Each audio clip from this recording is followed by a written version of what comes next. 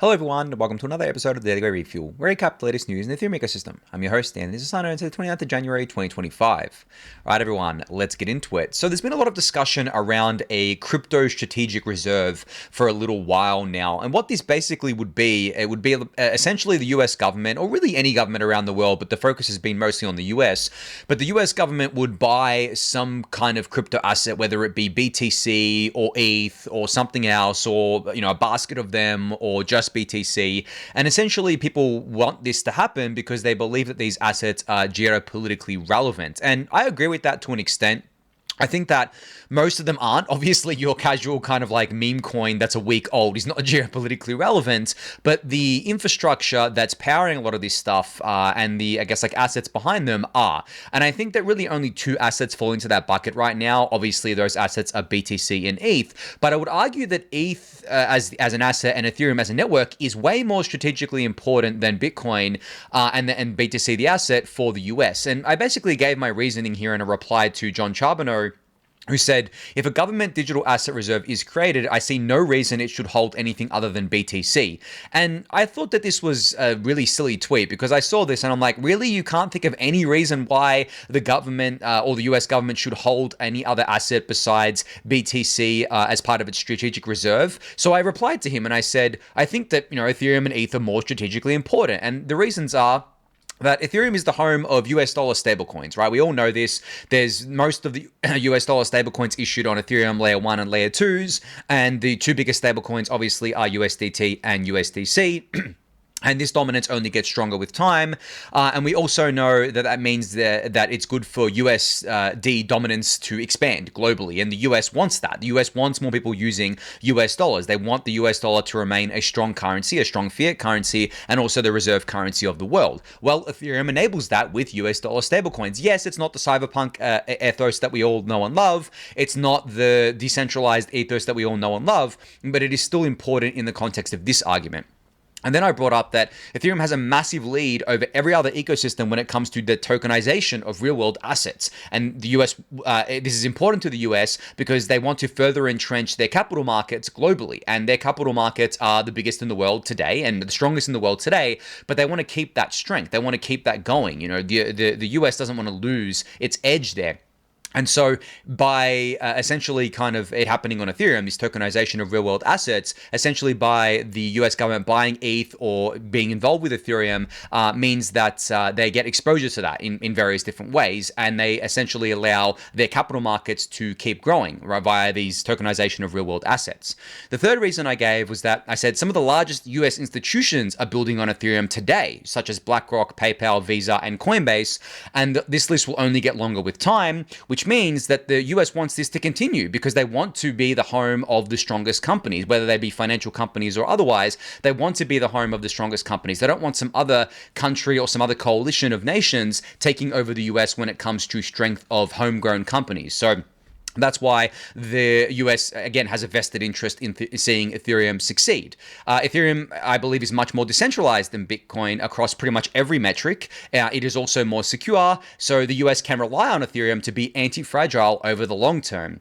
And, this is a debate that I guess goes on in the ecosystem a lot, honestly, between what's more decentralized, Bitcoin or Ethereum. But I really do truly believe Ethereum is more decentralized. And I think that I've ran through my reasoning about this before, but it's kind of hard to prove, I guess.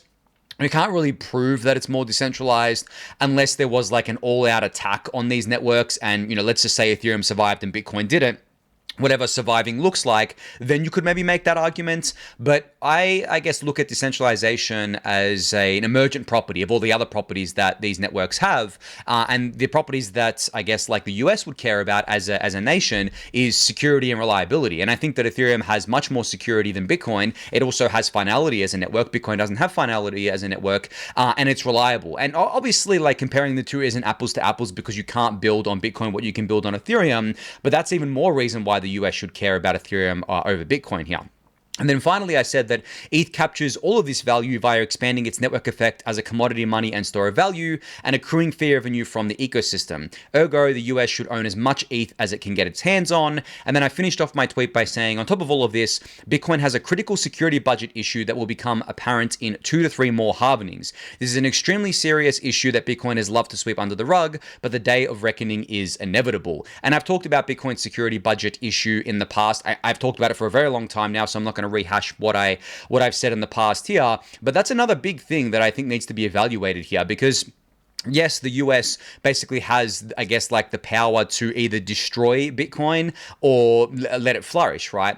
But the thing is that if the US is, let's kind of play this out. If the US goes all in on Bitcoin and BTC and they say, okay, well, we're going to defend the Bitcoin network, even if it can't be secured by mining anymore because the rewards are too low, we're going to secure Bitcoin. Well, okay, then that just becomes a centralized system again. Like if the US, let's just say in 10 to 15 years time, for all intents and purposes, owns the Bitcoin network because they run all of the miners and they're the ones kind of keeping the network alive, then we've kind of defeated the whole purpose, right? And that means that no other nation wants to touch it either. So these networks do need to be decentralized and they do need to be credibly neutral, and they need to have, I guess, longevity to them beyond a few years, guys. Like I'm talking decades, if not centuries, for nation states to want to get involved with these things and to want to put their money into these things and to want to build or for businesses that they, I guess, like are home to build on these systems. So there's always a meme about,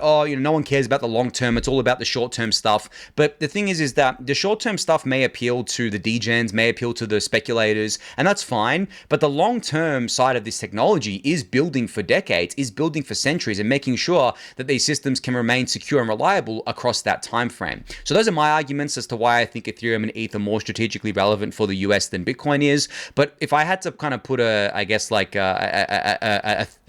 bet out there, I would say obviously a US strategic crypto reserve would probably start with BTC and maybe hopefully add ETH later. But I do think that they should start with both, do a 50-50 split or a market cap weighted split between BTC and ETH and add them to your balance sheet there. There was a bunch of talk recently about the fact that I don't know if Trump said it or someone else said it, that they wouldn't be selling their already seized assets. So I think they have like $20 billion worth of seized BTC and $200 million worth of seized ETH. And they said they wouldn't sell those. But again, that's completely different to stockpiling as part of a strategic reserve, and that can change based on the administration. Like if Trump, or if the Republicans, I should say, kind of lose in 4 years and Democrats are in the presidency again and are in the executive branch again, well, they can change their mind on that and say, no, we're going to sell these assets. So it's not like a long-term strategy. It's not conductive to long-term kind of strategic purposes here. So yeah, a proper strategic reserve where they actually buy the assets and stockpile them and it's legislated in law is completely different to what I guess like I saw talked about a few days ago there. But anyway, those are my reasons. I'd love to get your thoughts on it if you agree or disagree with me on those things. I'll link the tweet in the YouTube description below so you can check it out for yourself. All right, so I spoke about Ethereum acceleration on the Refuel the other day, I think on Monday's Refuel, where essentially Georgios and other folks at Paradigm put out this blog post saying that Ethereum should move faster at the core protocol, but it's not necessarily a money issue. It's not necessarily a kind of an issue of bringing forward things, or I guess like throwing more money at the issue to bring things forward, I should say. It's more about coordinating. It's more about getting the right people involved, and it's more about getting the right people on the right I guess like parts of the roadmap, right parts of the core protocol in order to move things faster. And there was a tweet today from Light Clients who works on Geth, saying that the Go Ethereum or Geth team is hiring a staff software engineer to help accelerate Ethereum. If you have experience working in Geth and are ready to contribute to the core protocol full time, we'd love to hear from you. Now, this is quite rare. I don't think there is a role like this that comes up very often in terms of, I guess, these teams going out, or especially Geth going out to the ecosystem and saying, hey, we're hiring a staff software engineer. We're doing it because we want to accelerate Ethereum development. Come work with us. And also, I believe that Paradigm is paying a $20,000 $20,000 referral bonus to anyone who refers someone to this role, and that person, if that person ends up getting hired there. That's a huge referral bonus, guys. Like $20,000. That's crazy. But Paradigm is also putting their money where their mouth is. They're the ones who are pushing this accelerated Ethereum thing. Well, they're one of the ones. It's not just them. Obviously, it's a lot of other people in the ecosystem, but they're really putting their money where their mouth is here, which is great to see as well. So I don't know if any of you would be interested in this role. Any of my watchers and listeners would be interested in this role. But you can go check this out. I'll link in the YouTube description below. But it does speak to that turning of the tide that I was talking about the other day, where people realize that Ethereum core protocol could be moving faster, or core protocol development could be moving faster, but we can't just say, let's move faster, let's throw more money at it, let's throw, lots more people at it. We need to be strategic about it. And being strategic about it means getting more of the right people involved and also coordinating those people in such a way that they can actually make an impact really quickly without having to go through layers of bureaucracy, without having to go through layers of, we can't do this because of such and such reason, layers of bike shedding, so on and so forth. So I'm really glad to see this here. And it's funny because the other day I mentioned on the refuel that right now there is a Manhattan Project kind of style effort going on to unite all the L2s together, to unite them under the base to native umbrella. And Justin Drake is currently leading that effort.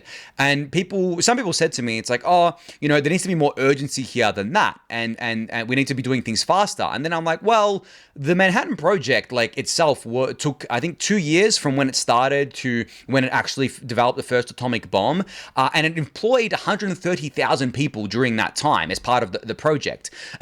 In contrast, right, if we talk about uniting all the L2s together, that is, as a Manhattan-style project, if we can do all of that within 2 years with much less people, mind you, and also much less funding, and I guess maybe a sense of less urgency than developing an atomic bomb to end World War II or to have a weapon against Germany in World War II, then it's a very different thing here. It's not apples to apples, but the reason why I say it's like a Manhattan Project style thing is because of the fact that we need that sense of urgency there regardless. And we do. I think we do have that sense of urgency there. And as I mentioned the other day, timelines are always rough on these things, but I don't see kind of why we can't get these things alive, get most of the roll-up teams being based especially. Native comes a bit later, but being based roll-ups within the next 12 months or something like that, right? Especially if we have such a concerted effort behind it. But yeah, as I said, it still took 2 years. It still took 130,000 people to do it. And you could argue that a lot of those people may not have needed to even be involved to get to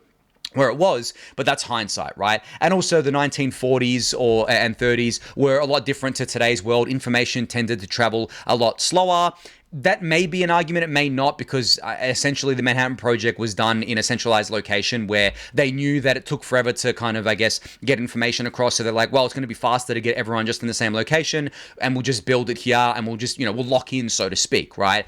And I think that the same is true for the L2 interop stuff, but we don't need everyone in the same location to do it. We do need maybe more calls, more coordination efforts, and that's what I think Justin Drake is spearheading here. But that is what we get. That's the advantage we have now of the information networks that we have, of the internet, right? We got basically information traveling across the world at the speed of light, which is amazing, and that means that we don't have to centralize everything in order to make progress. But it still comes down to the fact that we're human. Humans need to coordinate to do anything, and coordination, in my experience, is the main bottleneck in a decentralized ecosystem. So the better we can coordinate, the faster we can get things done. So anyway, you can go check this role out for yourself at Geth if you want to. I'll link it in the YouTube description below for you to do so. All right, speaking of accelerating things, so the Stateless Ethereum Consensus team here, or ETH Consensus team here, have put together a Twitter account that you can follow called Stateless Consensus. So I'll link this in the YouTube description below, but essentially this is a Twitter account for them to talk about all the things they're doing with regards to Stateless Ethereum, and they've also given their 6-month focus, or I guess 6-month roadmap here. So essentially they want to finish the spec for a binary tree implementation of the state tree, one of the primary building blocks for stateless clients, Verkle being the other option, demonstrate state expiry, ship a prototype stateless client, and many more stateless demos. Now, the reason why you should be excited about stateless Ethereum is because it allows us to scale the L1 a lot more than what we currently can. And I've talked about this in the past, but essentially it allows us to scale the gas limit up by orders of magnitude. And to put numbers on this, it means 10 to 100x gas limit. And that is a huge scalability increase for L1 there, which also applies to the L2s. And this also applies to blobs as well, which I'm going to talk a bit about blobs at the end of the refuel today.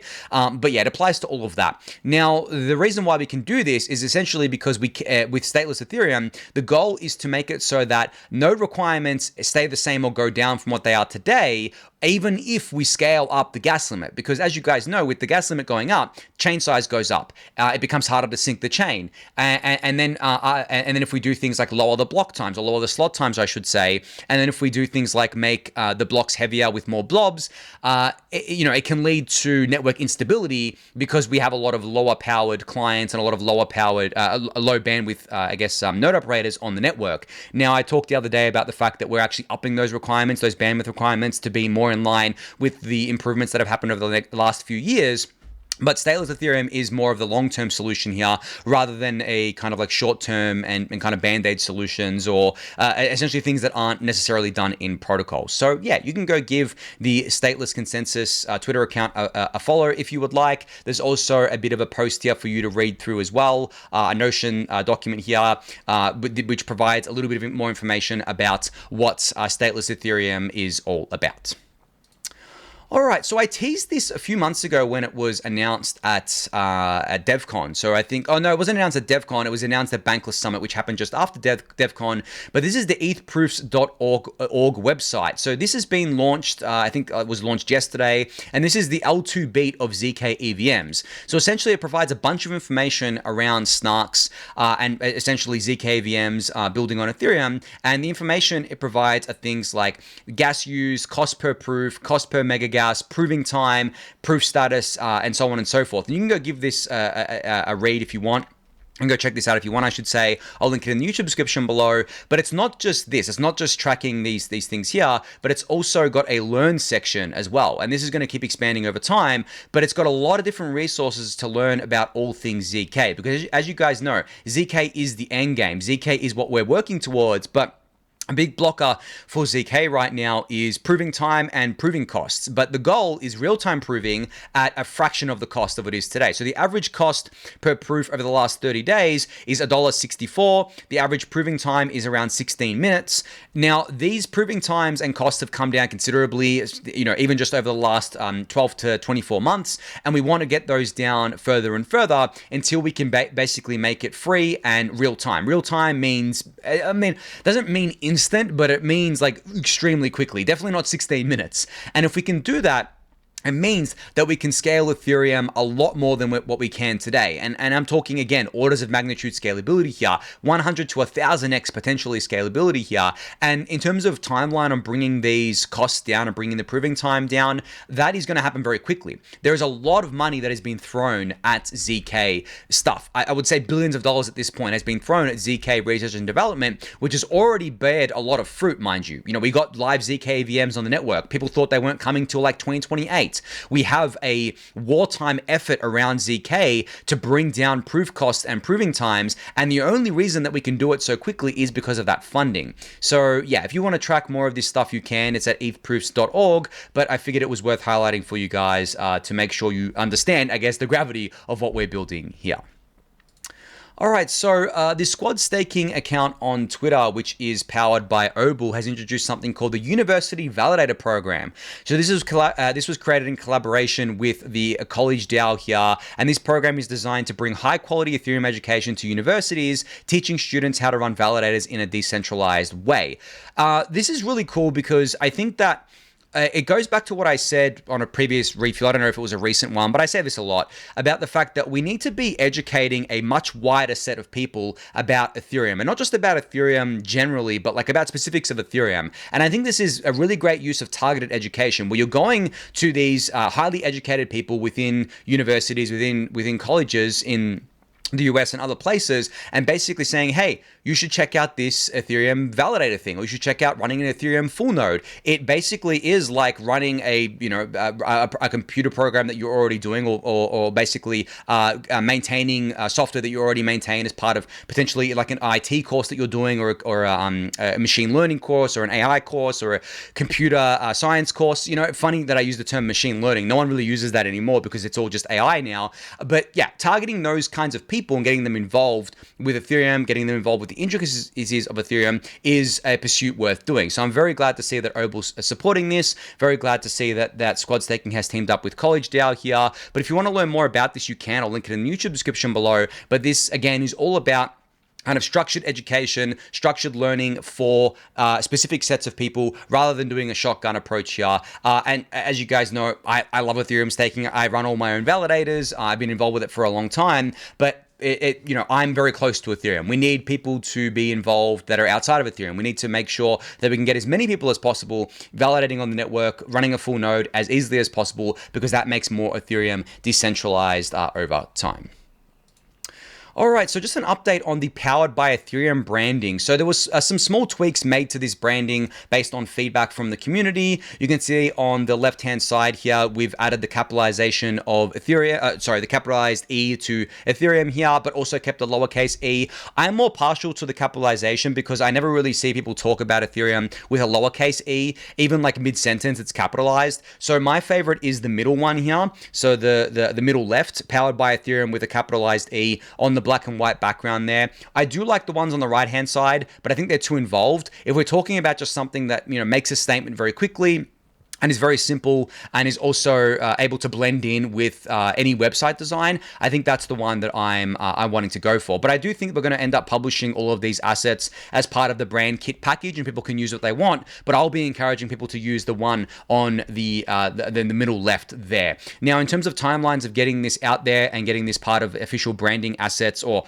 I guess there's no official branding assets, but like community branding assets, this should happen within the next week. I'll push for this to happen within the next week, get this finalized, and then finally people can start using this. And then it's on us as a community, by the way, to push projects to put this on their website, to make sure that it becomes a trend, to make sure that they kind of like are proud to be powered by Ethereum, and they're showcasing that to the world. So yeah, I'm super excited about this, guys. This was, as I said, an effort that was started by the Ink guys from Kraken, because I floated it with them when I went to their meetup at DevCon, and they got on this straight away. And I think over the holiday period, things slowed down a little bit, but we're back in full force now to get this out there and to make sure people know that what they're using is powered by Ethereum.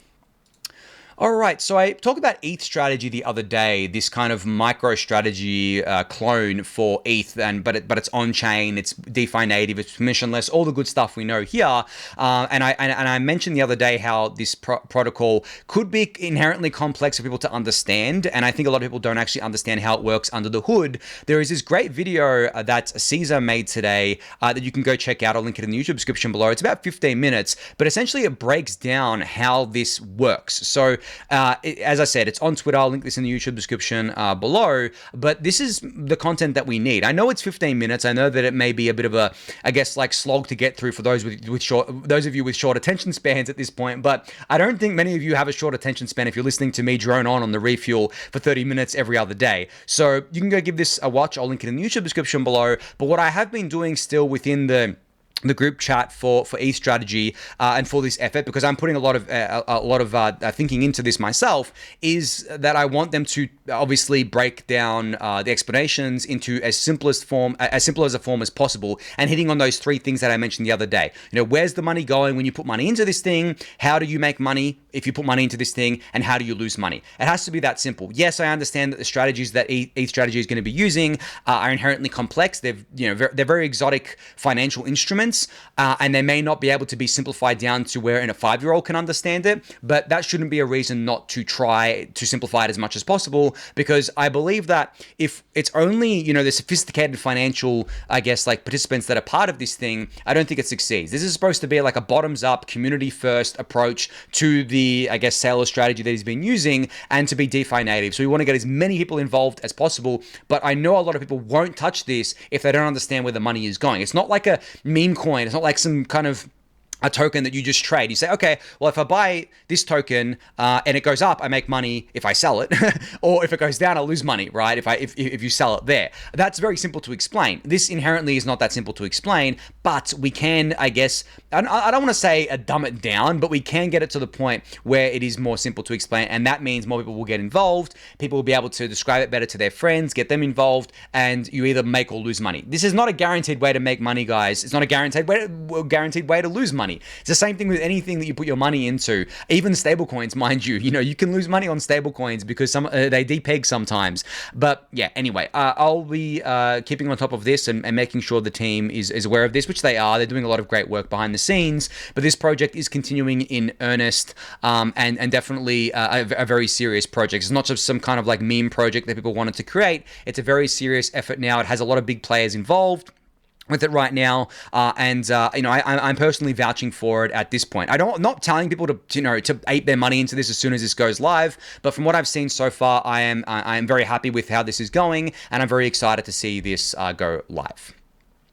All right, I did mention I wanted to talk a little bit about blobs on Ethereum. As you guys know, there was that concern last year that blobs were always going to be free. Well, that concern is well and truly dead at this point because blobs have not been free since the end of October. So I guess you could say since the start of November. So that's 3 months now. November, December, January. That's 3 full months where blobs have, there's a couple of days here where they kind of weren't at the limit, but that's like almost 3 full months of blobs being at the limit here, which is 3 blobs per block. I should say target max of 6 here.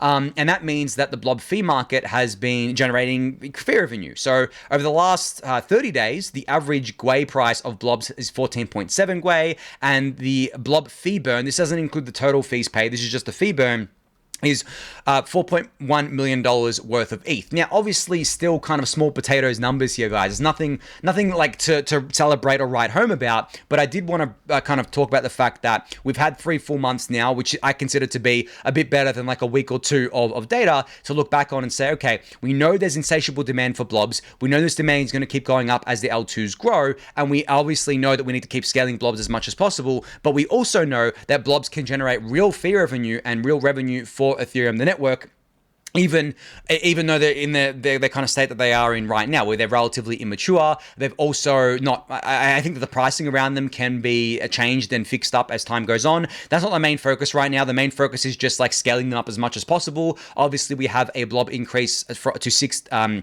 a target of 6 and a limit of 9 coming in Pectra. And then we are going to do PeerDAS hopefully this year, which just scales blobs up so much more than what we have here. But we need to keep scaling them. The demand for DA is just unlimited pretty much, right? And we want these layer 2s to stick with Ethereum DA if they're already using it, or if they're not using it, come and use Ethereum DA. We want to make sure that we get as much DA as possible out there for use from these layer 2s, because in my mind, to be a full roll-up, I know that people argue over these definitions, but in my own definition, which is, I guess, the definition that L2Beat uses as well, which I put a lot of weight on, to be a full roll-up on Ethereum, you need to use Ethereum DA. You can't be using some other DA. Otherwise, I consider you an L2 still, but you're not a roll-up. You're like a Validium or a Volition or whatever kind of names we're coming up with for these things. Those are the original names, but I'm sure there's going to be more as time goes on. And I would even go even further than that the definition of a roll-up may change again. It may change in the future to include you must be based. You know, if you want to be like a true roll-up on Ethereum, you must be a based roll-up. And then eventually we'll get to the end game of native roll-ups and say, okay, well, if you're not a native roll-up, then you're not a roll-up. You're just like some other thing. I don't really think that we should go that way. I don't think that's necessarily fair, because I think that you're still a roll-up even if you have a centralized sequencer, because you have an escape hatch on L1 and an exit on L1. That might be the definition that makes or breaks a roll-up, where essentially you could ask the question, if the L2 was to go offline completely, or I should say, sorry, if the rollup was to go offline completely, can you, using only Ethereum L1, get the necessary information that you need, such as the data and the proofs, in order to escape hatch your funds out of that L2 contract on the L1? That, to me, is the defining characteristic of a rollup, I think, going forward, and that, to me, is the reason we build rollups in the first place. So if you can't do that, I don't consider you a rollup, personally. And I know definitions can change over time and evolve, but I think that we have to be quite kind of strict about that. especially if we're going to if we're going to say that these things are secured by Ethereum. And this goes back to what I was saying about the branding assets the other day, where I said I didn't want to kind of push the message of secured by Ethereum because a lot of these things technically aren't secured by Ethereum. So powered by Ethereum is better because powered is more general. It also is more general for the outside crypto crowd. They can understand it better. But secured by, definitely not this, not something that I think makes a lot of sense there. But yeah, anyway, that's I guess like enough on that topic there, enough on blobs. But yeah, as I said, we are scaling blobs a lot. We know that they can generate sustainable fee revenue for Ethereum L1, but we shouldn't be in a mindset of how much fee revenue or how much kind of taxes can we take from these entities that are scaling Ethereum. We should be in the mindset of let's scale Ethereum as much as we can and don't stop, accelerate that scaling, get there faster, and let's export ETH as a money because that is where ETH gets most of its value from, its monetary premium and its store of value status. So let's keep doing that. Let's keep getting ETH into as many hands as possible here. And actually, one other thing that I forgot to cover today, which I don't know why I didn't cover this. So if I bring this up on Twitter, actually I'll have to bring this up on my other kind of tab here. There was an abstract chain launched, actually. So this is a new L2 on Ethereum, and I'm sorry for not covering this earlier. Sorry to the abstract guys, but their mainnet is now live. So they're actually using blobs right now for their DA, but they're going to be using Celestia, I think, like in the near future because they don't consider blobs to be enough for them, which again is fair enough. Like we have to scale blobs in order to meet that demand. But the reason I wanted to talk about abstract wasn't just that they launched, but also that they launched in a, I guess, like different way to a lot of the other L2s out there. They've tried to make it as simple as possible to get involved with abstract here. So you can see here that I've got my wallet here that I kind of set up earlier, and this is a nice little interface that people can kind of interact with. I haven't done anything with this wallet yet. I haven't had a chance to play around with it, but essentially they're trying to make it as easy as possible for people to get involved. No need to know about things like bridging, like gas funds, like other things, so on and so forth. You can just get involved with an existing wallet, or you can create a new wallet, which I can't remember what provider they're using in the background for this wallet. Maybe I can, if I log out of this profile that I'm in here and then bring up, log into Explore, and then they've got like a wallet creation tool here where you can basically enter your email and then it'll create a wallet in the background for you. I don't know if they're using Privy or something else, but that's basically how you do it. You basically abstract away everything at the user layer so the users don't have to deal with this. And another reason why I wanted to bring up abstract and what actually reminded me to bring it up before was the fact that Saigar, who I believe is one of the founders of Abstract, brought up that Abstract is going to be using ETH as its gas token, and the ticker is ETH. They're not going to be using their own token, which is not out yet, but I think will come out eventually. They're not going to be using their own token for that. They're going to be using ETH, which I think is cool. I do think eventually, though, like any kind of, I guess, like gas token is going to be abstracted away and people can pay gas in whatever token they want. But at the same time, it's all about the friction that involves. If I can just have ETH in my wallet and then just pay the gas fees in ETH, that's a lot simpler for me. But if it's abstracted away in a way where, well, if you've got ETH in your wallet, but you don't want to spend your ETH, but you've got stablecoins in your wallet and you can pay stablecoins as the gas fee, and then it eventually gets paid down to ETH anyway on L1, that still works as well, because there's a lot of different reasons to hold ETH, right? It's not just to pay fees, it's to hold it as an investment vehicle, as a speculative vehicle, as a store of value, as a money to pay for things in the ecosystem, like NFTs, for example, to make investments, to use as DeFi collateral, to use it as in LPs, right, when you're providing liquidity. So there's a lot of different reasons to hold and use ETH. But yeah, I'm glad that they are kind of aligned with ETH here and aligned with Ethereum, the ecosystem. But yeah, you can go check out Abstract if you want. I'll link this in the YouTube description below for you to do so. But I think that's going to be it for today. So thank everyone for listening and watching. Be sure to subscribe to the channel if you haven't yet. Give it a thumbs up, subscribe to the newsletter, join the Discord channel, and I'll catch you all on Friday. Thanks, everyone.